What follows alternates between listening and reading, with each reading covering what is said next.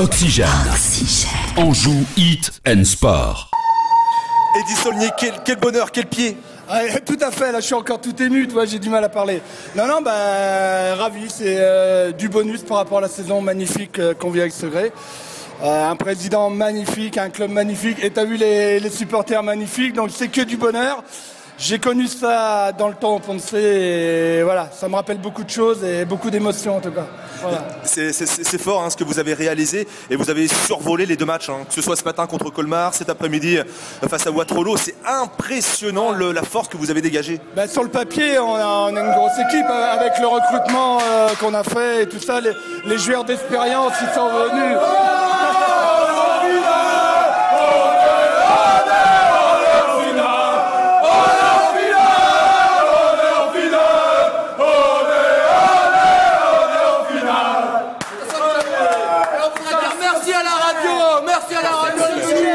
C'est ça, tous les publics qui parlent slovaque. C'est même en finale.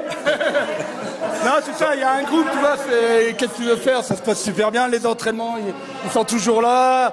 Quand ça se passe mal, on discute autour d'une table. Avec Jeff, on tape sur la table. Mais il y a du répondant. Tu sens qu'il y a un groupe qui est en train de naître, quoi.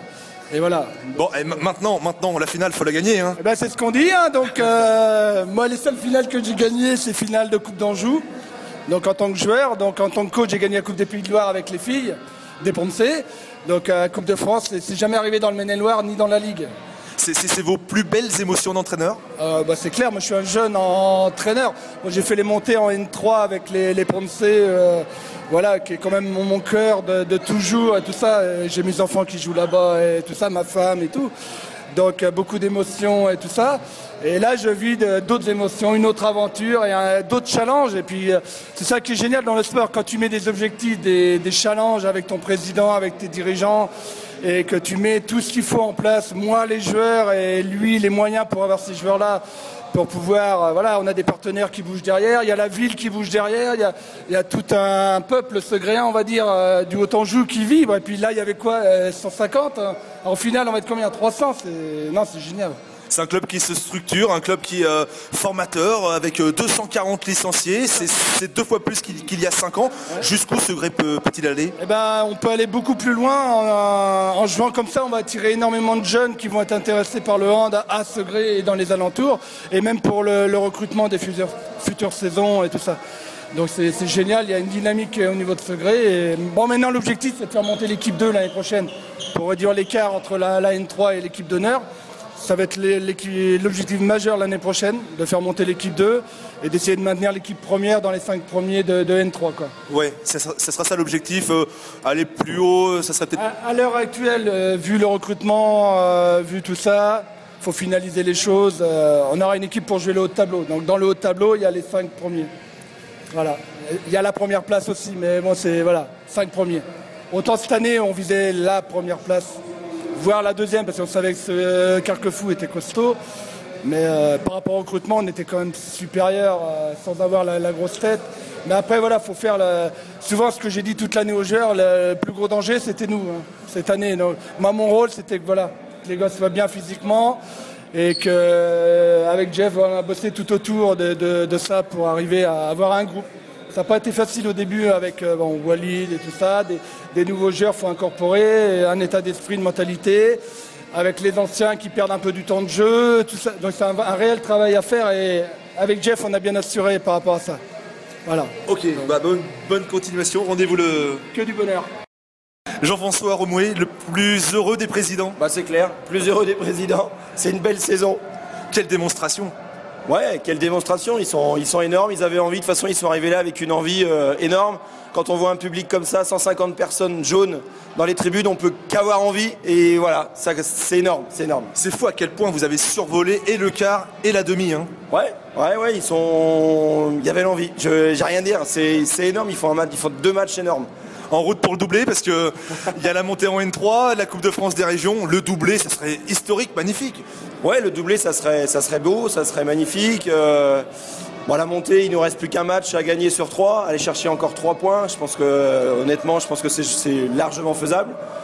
avec ce qu'ils ont fait là maintenant, s'ils jouent comme ça au prochain match, c'est gagné, hein, c'est bon. Comment vous allez fêter ça? Vous allez le fêter ou vous allez attendre quand même la finale? Parce que c'est bien beau d'être en finale, mais maintenant... Non, on va fêter dès maintenant, on va profiter parce qu'après on va en finale. Après la finale, il se passe ce qui se passe. L'objectif, c'était pas l'objectif. Il n'y avait pas d'objectif vis-à-vis de la Coupe de France.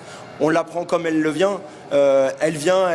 Ça s'est bien passé. On va rentrer à Segré ce soir et à Segré, on va faire la fête dès ce soir. Et le 25 mai, la Halle Carpentier sera tout de jaune et de noir. Ah bah ça va être une organisation. Il y avait 150 personnes là. La Halle Carpentier, je sais pas ce qu'il y aura. On verra bien, mais on va tout organiser en conséquence en tout cas. Merci beaucoup. C'est du bonheur. Antoine Courtois, vous les avez littéralement écœurés. Oui, bah écœuré, je sais pas si c'est vraiment le mot, mais voilà, la défense a fait son travail. Moi, j'ai joué le sixième homme derrière ma défense, le septième homme derrière ma défense, et j'ai fait le travail. Et c'est tout ce qu'on me demande, d'arrêter les buts et de les tirer. Et puis j'ai fait mon travail, quoi, en fait. Et quand on est gardien et qu'on voit ses coéquipiers dominer de la sorte, on doit prendre son pied quand même. Bah, moi, j'utilise le mot bandé, c'est ce que je dis. Et c'est ce qui s'est passé ce soir. Tout le monde a pris du plaisir, ça a été énorme. Moi, dans les buts, quand je vois que le score s'est évolué et puis que derrière j'enchaîne les arrêts, tout ce que j'ai envie, c'est de me jeter dans la foule. Je suis euphorique à plein, à 100%. Donc ouais, c'était un très très grand moment. C'est génial, quoi. Mais franchement, vous vous attendiez à dominer de la sorte ces deux matchs? Ah non, pas du tout. Non, on est arrivé, on avait la trouille au ventre. On s'est dit, parce qu'on a regardé les photos des équipes en face. Et on s'est dit que ça va être vraiment solide, que si on gagnait, que ça allait être de peu, ou sinon on allait perdre. On était vraiment pas sûr de passer l'écart. Et quand on voit le public qui a été ramené, on s'est dit, on avait encore plus la truc parce qu'on se dit ils ont fait la route. Et s'ils rentrent tout de suite, ce serait dégoûtant pour eux, quoi. Et alors on s'est arraché, on a tout donné pour notre public, parce que le public c'est notre huitième homme. Et je pense qu'on leur a donné ce qu'ils voulaient, et on leur a donné du spectacle. Et je crois qu'ils seront au moins 300 à la Halle Carpentier pour la finale. Faudra pas les décevoir non plus. Bah, Segré, il paraît qu'il y a 7000 personnes, 7000 habitants, donc si on peut faire venir le maximum de personnes, mais oui, il y aura au moins 300 personnes, je pense, parce qu'il y a une euphorie totale dans la région segréenne. Il n'y a pas que Segré, il y a aussi les petits bleds à côté. Même dans la région d'Angers, on en entend parler. Et je pense que Segré est suivi, et c'est ce qui nous a poussé dans la victoire, que ce soit en championnat et en Coupe de France. C'est ce qui nous permet de gagner aujourd'hui, c'est notre huitième homme, c'est le public, quoi. Ouais, vous le ressentez, tout cet engouement que vous créez, c'est vraiment palpable? Ah bah moi c'est ce qui me fait, c'est ce qui fait que je vais exploser pendant un match, je vais faire un arrêt, je vais hurler parce que je sais que j'ai un public et nous les joueurs, on sait que même qu'on gagne ou qu'on perd, notre public sera toujours derrière nous. Et du coup, c'est ce qu'on a besoin dans l'équipe. Et vu que ça nous suit derrière, et ben c'est pour ça qu'on gagne, quoi. C'est vraiment grâce à eux, c'est ce qui nous apporte le plus dans l'équipe, quoi. Ouais, on en oublierait presque que c'est que, entre guillemets, de la pré-nationale. On a l'impression d'être dans une autre dimension, pas loin du monde professionnel par rapport à tout ce que ça génère. Hein. Quand on voit tout le contingent de supporters, hein, c'est énorme ce que vous faites. Ah oui, c'est sûr, Après, le niveau, on est en pré-national et l'objectif c'est la montée en N3, donc il faut qu'on ait un niveau de N3 pour pouvoir monter en N3 et se maintenir. Mais non, oui, quand on voit le public, on se demande si on est en pré-nat, quoi. J'ai joué dans d'autres clubs avant, à plus haut niveau, et c'était pas ça du tout l'ambiance. Il n'y avait aucun contact avec les supporters, alors que là, les supporters sont toujours après nous. On va marcher dans la rue de Segré, il y a un petit gamin qui va venir te voir, t'applaudir, alors qu'on est qu'à Segré, quoi. Il va te dire, t'es trop fort, vivement le prochain match qu'on vienne vous voir jouer, vous êtes les meilleurs. Et quand on voit les gamins de 5-6 ans qui ont des étincelles dans les yeux, bah, nous on se dit, on joue qu'en prénat, pour nous on joue en prénat, mais le gamin en face de nous, on a l'impression qu'on est les champions du monde, qu'on est Nicolas Karabatic, Thierry Meyer, pour la ville de Segré. Et franchement, moi ça m'émue, quoi. C'est vraiment énorme, quoi. Mais comment vous avez réussi à créer ça? C'est parti de quoi Bah, l'équipe, déjà on a fait 3 venues, 3 arrivées de D2, dont Michel. Oui, non, mais je parle plus de l'engouement, pas forcément des résultats, mais... Bah, pas les résultats, mais l'engouement, c'est les joueurs de l'équipe, en fait c'est tous des copains, en fait. C'est que les gens connaissent ceux qui sont sur le terrain, ça va être la famille, ça va être un copain éloigné, ça...